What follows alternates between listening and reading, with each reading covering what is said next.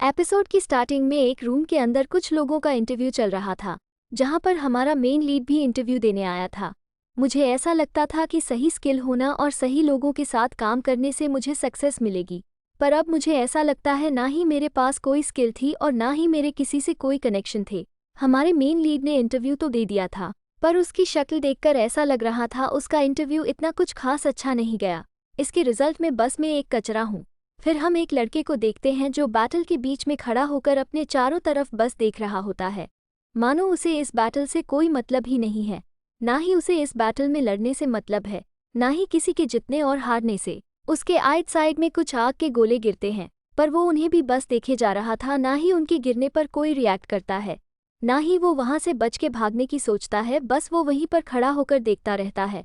बड़े बड़े आग के गोलों के गिरने की वजह से वहां पर कई लोगों की मौत होती है, जिनका ब्लड उसके चेहरे पर लगता है। उसके बैटल में बस चुपचाप खड़े रहने की वजह से उसके साइड से जो और लोग लड़ रहे थे वो उसके पास आते हैं और गुस्से में बोलते हैं, क्या यहाँ तुम्हारी मरने की इच्छा है? और क्या तुम्हारा सर तुम्हारी? और अगर ऐसा नहीं है तो अपना सर सीधा करो, जब तक तुम इस जगह पर मरना नहीं चाहते हो। हम देखते हैं ये लोग जिस क्लैन के ऊपर अटैक करने गए थे, उस क्लैन में काफ़ी ज़्यादा डैमेज तो इन्होंने दे दिया था, पर साथ ही में अपने भी कुछ सोल्जर को खोना पड़ा। हमें पता चलता है ये जो कुछ भी हो रहा था ये स्टोरी का हिस्सा था।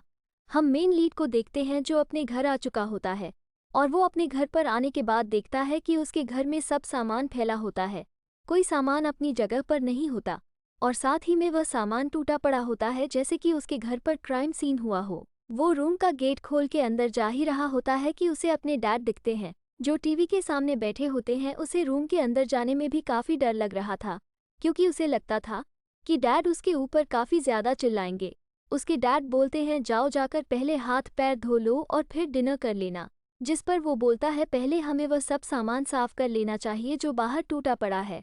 उसके डैड का कोई रिएक्शन नहीं होता तो बोलता है कोई नहीं, मैं ही इसे साफ कर देता हूँ। और जब वो वहाँ टूटे फूटे सामान को उठाने लगता है तो सोचता है इससे तो अच्छा था कि मैं घर पर ही नहीं होता।